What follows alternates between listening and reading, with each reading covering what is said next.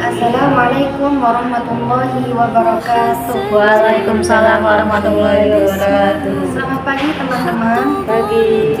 Alhamdulillah kita diberikan kesehatan oleh Allah Subhanahu wa taala. Maka dari itu, kita jangan lupa berselawat kepada junjungan kita, yakni Nabi besar Muhammad sallallahu alaihi wasallam. Sallu alaihi. Marilah kita berselawat bersama-sama.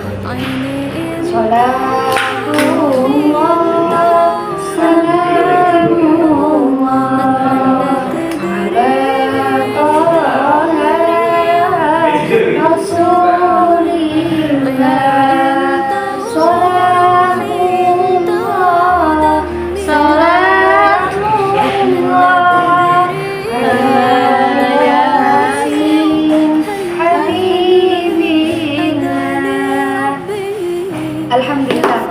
Alhamdulillah Rabbil Alamin wa bihi nasta'in wa ala umri dunya wa din. Assalatu wassalamu ala asyrafil anbiya'i wal mursalin Sayyidina Muhammad wa ala alihi wa sahbihi ajma'in, amma ba'du. Ketika orang diberikan sebuah ujian oleh Allah Subhanahu wa taala itu, maka manusia itu ada dua tipe. Ada manusia yang berkeluh kesah dengan ujiannya, ada manusia yang sabar atas ujiannya. Dan orang yang bersabar ini juga bermacam-macam bentuknya. Ada yang sabar pasrah, ada yang sabar justru memperbaiki dirinya. Karena dia sadar tidak akan ada masalah yang menimpa dirinya kecuali dia melakukan sesuatu atau melakukan sebuah dosa. Sehingga selain bersabar, ia mencoba untuk mengevaluasi dirinya atau memperbaiki dirinya. Dan ini adalah model orang yang bersabar yang paling baik. Sedangkan yang mengeluh juga ada yang bermacam-macam bentuknya.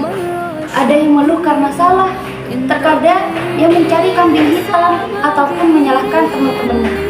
Misalnya, dia tidak lulus satu mata kuliah atau nilainya jelek, sehingga dia menyalahkan teman kos-kosannya karena sering mengajak dia main terus. Misalnya, padahal itu kan pilihan antara menerimanya atau menolaknya. Nah, ini nih bentuk-bentuk sebuah keluhan.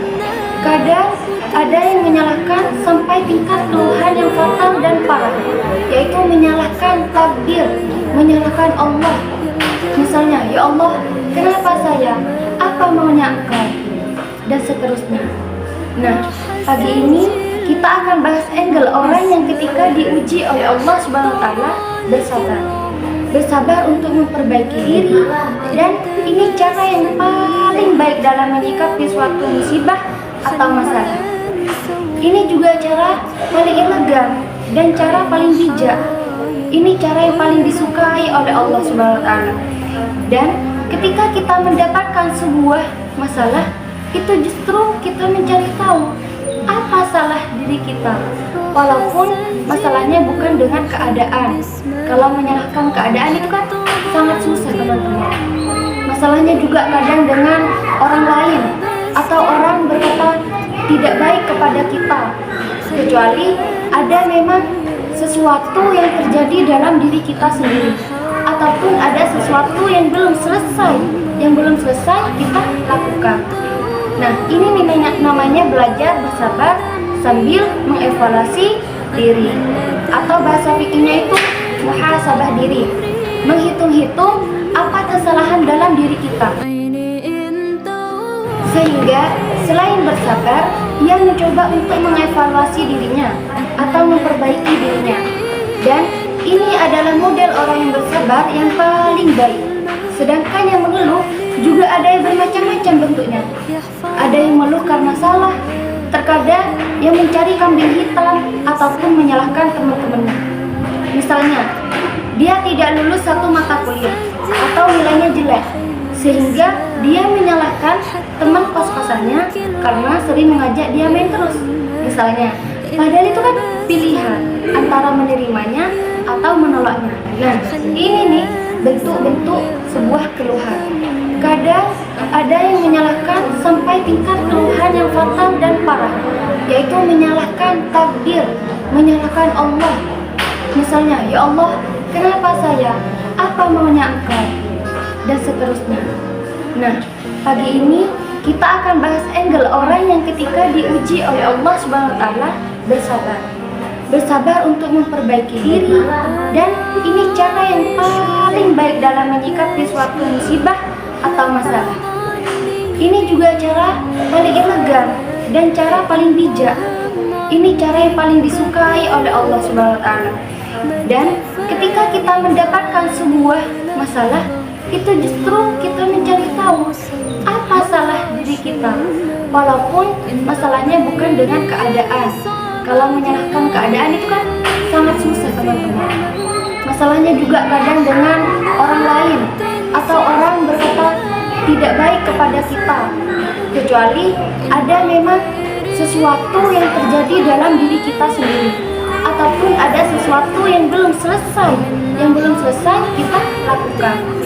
Nah, ini namanya belajar bersabar sambil mengevaluasi diri, atau bahasa fikihnya itu muhasabah diri, menghitung-hitung apa kesalahan dalam diri kita.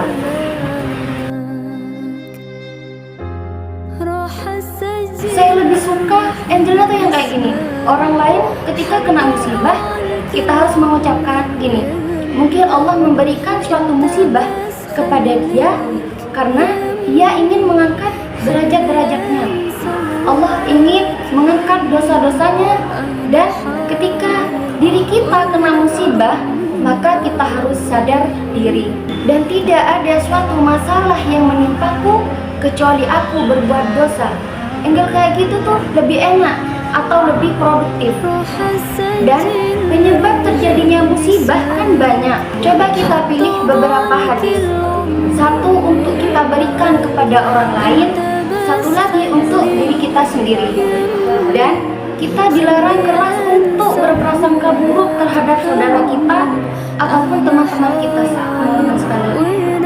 Ketika orang mendapatkan musibah atau masalah, kita itu harus husnudzon. Jangan mengucapkan begini, gara-gara kamu sih dulu sering melawan saya, makanya Allah memberikan karma untuk kamu. Nah, itu sangat tidak boleh, teman-teman. Dan ketika kita mendapatkan suatu nikmat, kita jangan memuji diri kita sendiri, melainkan kita harus memuji Allah dengan perkataan Alhamdulillah. Kalimat ini yang disukai oleh Allah, atau mengucapkan hadza min fadli rabbik fahaddits. Jadi teman-teman, kita harus memperbaiki karena Allah berfirman di dalam Al-Quran surah Al-Hujurat ayat 12 yang berbunyi, A'udzu billahi minasy syaithanir rajim. Bismillahirrahmanirrahim. Ya ayyuhalladzina amanu ijtanibu katsiran minadh-dhann inna ba'dadh-dhanni itsmun wa la tajassasu wa la yaghtab ba'dukum ba'dha ayuhibbu ahadukum an ya'kula lahma akhihi maytan fakarihtumuh wattaqullah innallaha tawwabur rahim. Al-ayat yang mana yang artinya, wahai orang-orang yang beriman, jauhilah banyak dari prasangka. Sesungguhnya sebagaimana prasangka itu adalah dosa. Dan janganlah kamu mencari-cari kesalahan orang lain, dan janganlah ada di antara kamu yang menjunjung sebagai yang lain. Apakah ada di antara kalian yang suka makan daging saudaranya yang sudah mati? Tentu kamu merasa jijik, dan bertakwalah kepada Allah. Sesungguhnya Allah Maha menerima taubat dan juga Maha penyayang. Sebelum saya tutup, apakah ada yang mau bertanya tentang hal yang saya sudah jelaskan? Bertanya, kenapa kita harus berhati-hati dengan prasangka buruk terhadap orang lain? Baik, terima kasih untuk pertanyaannya. Di sini saya akan menjawab beberapa alasan penting kenapa kita tidak boleh prasangka buruk terhadap orang lain. Yang pertama, itu prasangka seringkali tidak berdasarkan fakta. Banyak kali kita menilai seseorang hanya berdasarkan asumsi atau informasi saja yang tidak lengkap. Hal ini dapat menyebabkan kesalahpahaman dan ketidakadilan terhadap orang lain. Dari itu, Allah sangat melarang umatnya untuk berprasangka buruk terhadap orang lain. Maka dari itu teman-teman, kita harus menjauhi berprasangka buruk kepada teman kita, saudara kita, dan marilah kita menjadi manusia yang husnuzon atas perbuatan orang lain. Mungkin hanya ini yang bisa saya sampaikan. Sekian, terima kasih. Wassalamualaikum warahmatullahi wabarakatuh. Waalaikumsalam warahmatullahi wabarakatuh.